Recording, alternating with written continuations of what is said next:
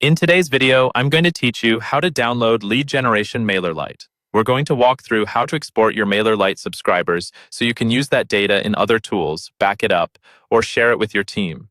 I'll go slowly and explain what each step actually means so you can follow along even if you're new to Mailerlite.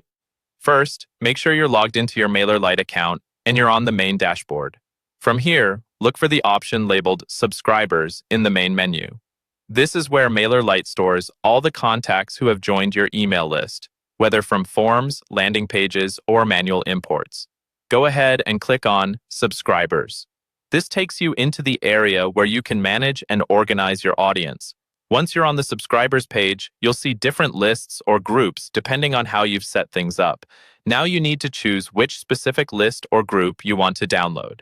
If you only want a segment of your audience, select that particular group. If you want everything, choose the option that says All Subscribers.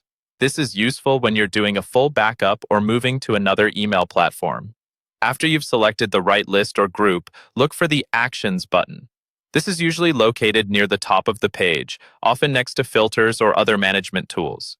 Click Actions to open a drop-down menu. This menu contains different things you can do with your subscribers, and exporting them is one of those options. In the drop-down, choose either Export CSV or Export CSV for Excel. Both options will give you a spreadsheet file containing your subscriber data. If you're planning to open the file in Excel or a similar program, Export CSV for Excel is usually the most convenient choice. A CSV file is a simple, widely supported format that works with almost any spreadsheet or CRM tool. Once you've selected your export option, Mailerlite will start processing the file. This can take a few moments if you have a large list, so don't worry if nothing happens instantly. Just wait until Mailerlite finishes preparing the export. When it's ready, you'll see a download button appear. Click Download, and your CSV file will be saved to your computer, typically in your default Downloads folder.